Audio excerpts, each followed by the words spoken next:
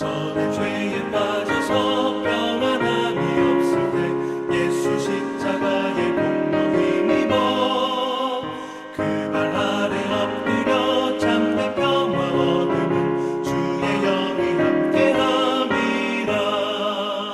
성령이 계시네 할렐루야 함께하시네. 좁은 길을 걸으며 맘에 기뻐하는 것 주의 영이 함께함이라.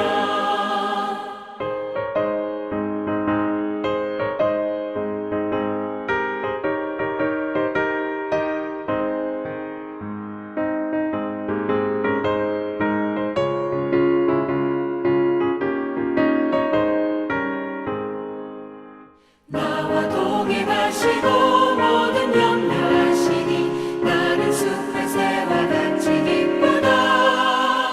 내가 기쁜 마음으로 주의 뜻을 행하는 주의 영이 함께함이라. 성령이 계시네 할렐루야 함께하시네.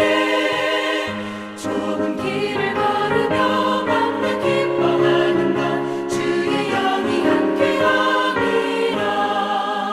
세상 모든 욕망과 나의 모든 정욕은 십자가의 힘이 못을 받았네.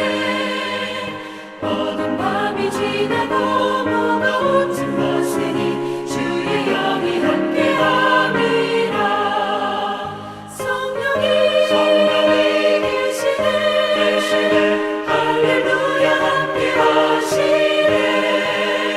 좁은 길을 걸으며 맘에 기뻐하는 것 주의 영이 함께함이라.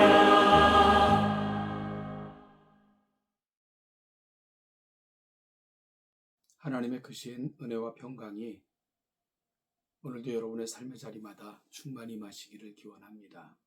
기도하겠습니다. 하나님 아버지, 토요일 한 주를 마무리하는 날입니다. 한 주를 겸허하게 살피고 성령 하나님께서 주시는 생각을 붙들고 마무리하며 새로운 한 주를 예비하는 귀한 시간이 되게 하옵소서. 한 주를 살아올 때에 우리가 세상에 취하여 세상의 것만을 따르는 자들은 아니었는가를 오늘 말씀을 통해 다시 살피며 그 말씀의 가치를 다시 붙드는 귀한 이 아침이 되게 하옵소서. 오늘도 말씀을 대할 때에 지혜를 주시고 명철을 주사 잘 이해할 수 있도록 도와주옵소서. 예수님의 이름으로 기도하옵나이다. 아멘. 하나님의 말씀은 갈라디아서 5장 13절로 26절입니다. 갈라디아서 5장 13절부터 26절을 함께 읽도록 하겠습니다.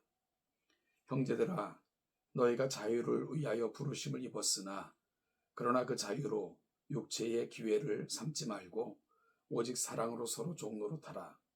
온 율법은 내 이웃 사랑하기를 내 자신같이 하라 하신 한 말씀에서 이루어졌나니 만일 서로 물고 먹으면 피차 멸망할까 조심하라.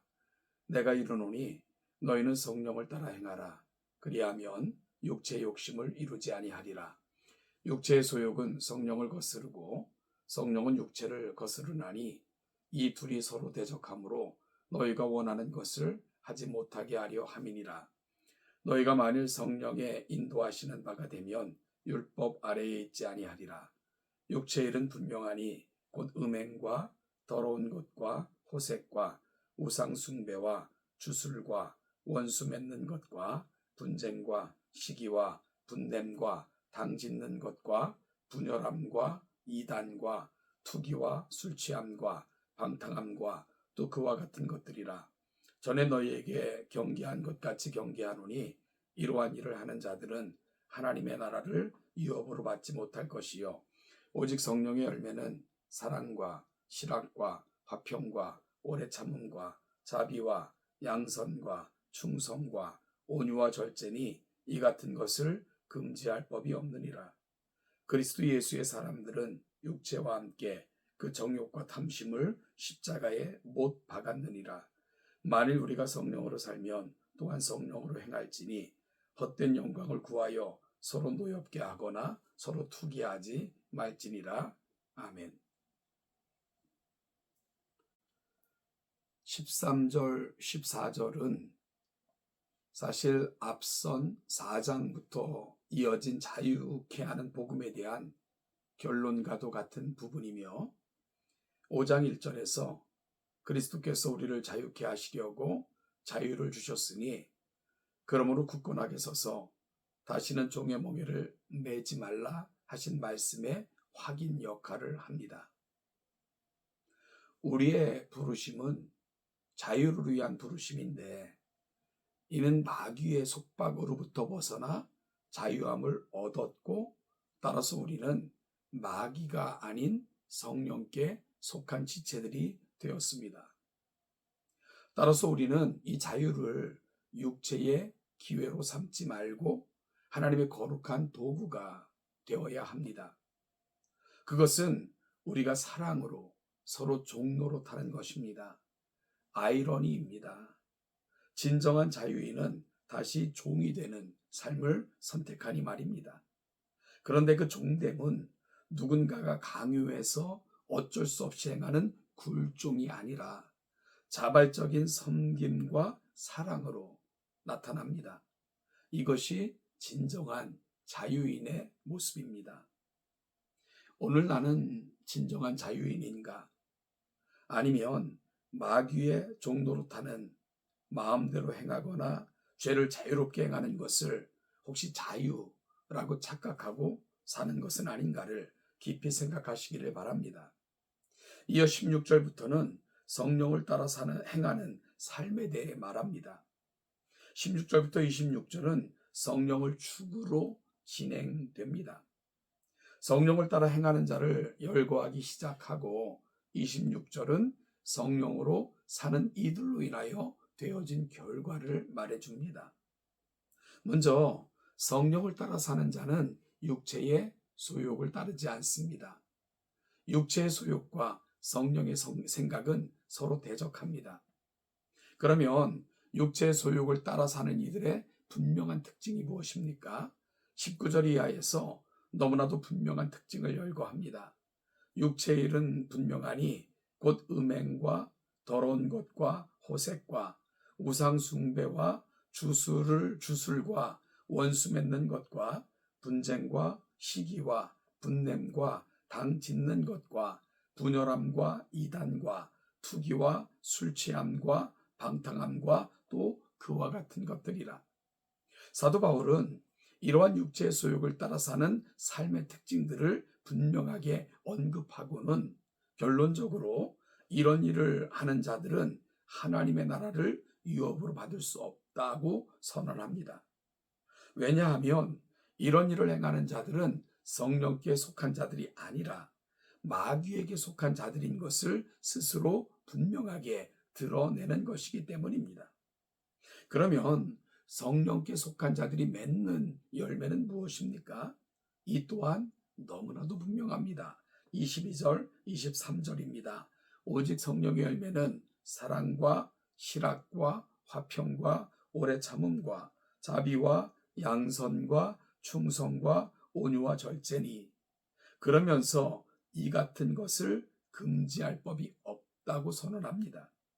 왜냐하면 이런 것들은 율법의 근본적인 정신의 실현이요 율법으로는 도달할 수 없는 그 놀라운 가치를 보여주는 것이기 때문입니다.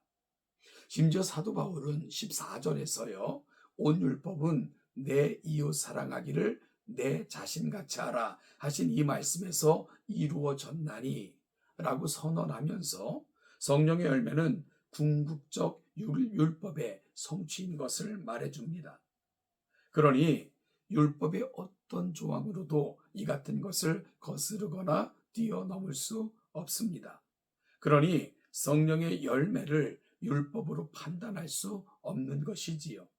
이는 마치 윤리의 기초를 하나하나 배우는 사람이 윤리 선생을 가르치려 하는 것과 같고요. 판단하려는 것과 같기 때문입니다. 사도 바울은 24절에서 우리가 이렇게 살 수 있는 보다 분명한 이유를 설명합니다. 그리스도 예수의 사람들은 육체와 함께 그 정욕과 탐심을 십자가에 못 박았느니라. 십자가에 못 박았다는 것은 나의 옛사람은 죽었고 십자가에서 새 사람이 되었음에 대한 다른 표현입니다. 따라서 하나님의 사람들은 옛 육체에 속해 있지 않기에 옛 육체의 소욕을 따를 수 없습니다. 죽었기 때문입니다. 이것이 분명한 그리스도인들의 자아 정체성입니다. 이어 사도 바울은 그리스도인들은 어떤 사람들인가를 앞서 언급한 성령의 축을 통해 확인합니다. 25절, 26절입니다. 만일 우리가 성령으로 살면 또한 성령으로 행할지니 헛된 영광을 구하여 서로 노엽게 하거나 서로 투기하지 말지니라. 성령으로 사는 사람은 성령으로 행합니다. 즉 성령 안에 있는 사람들은 성령의 소망을 쫓아 살아갑니다. 그리고 그 결과는 내 이웃 사랑하기를 내 몸과 같이 하라 하는 결과로 나타납니다. 그러니 성령으로 충만한 사람들, 성령으로 사는 사람들이 만드는 세상에는 서로 물고 뜯고 먹는 일이 없습니다.